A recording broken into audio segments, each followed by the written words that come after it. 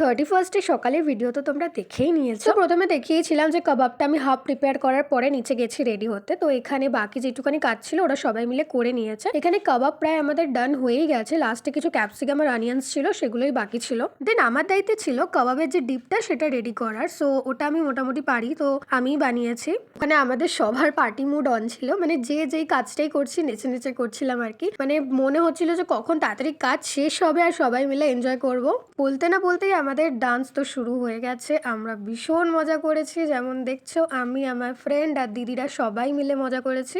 এত কাজ করে এত খাটাখাটনির পর ভীষণ খিদে পেয়ে গেছিল, তাই স্টার্টার্সটা খেতে খেতে আমাদের অনেকটাই রাত হয়ে গেছিল, 10টা প্রায় বেজেই গেছে। তো যাই হোক, এখানে সব স্টার্টার্স সবার নিয়ে নিয়েছি। এবার খেয়ে তো অবশ্যই রিভিউ দেবো যে কেমন হয়েছে। আর এই যে ওই চাটনিটা আমি বানিয়েছি, এটাও তো ভালোই লেগেছে, আমার নিজে বানিয়েছি বলে কথা। সে যাই হোক, কাবাবটা কিন্তু ভীষণ টেস্টি হয়েছে, ভীষণ জুসি হয়েছে আর খুবই ভালো লেগেছে। ব্যাস 12টা বাজতে আর বেশিক্ষণ বাকি নেই, এবার একটু এনজয় করে নি সবাই।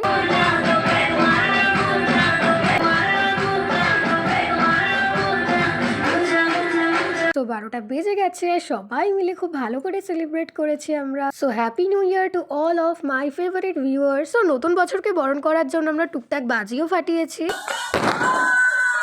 চারিদিকে প্রচুর বাজি ফাটছিল আর আমরা দাঁড়িয়ে দাঁড়িয়ে সেটা দেখছিলাম। তখন বেজে গেছে প্রায় 1টা কি 1:30। তখন আমরা বসেছি খেতে। আমাদের আর এনজয়মেন্ট শেষ হয় না, আমরা এত রাতে খেতে বসেছি সবাই মিলে। সো মেনুতে ছিল রাইস আর চিকেন কষা। রাইসটা যেরকম টেস্টি হয়েছিল, চিকেন কষাটাও ভীষণ টেস্টি হয়েছিল। দুটো একসাথে তো মারাত্মক ভালো লাগছিল খেতে। সো আমি আমার 31টা তো এভাবে এনজয় করলাম। নিউ ইয়ারে আরো এক্সাইটিং ব্লগ আসবে, তার জন্য চ্যানেলটাকে সাবস্ক্রাইব করে দিও। আজকের জন্য এইটুখানি, দেখা হচ্ছে নেক্সট ব্লগে। Bye bye.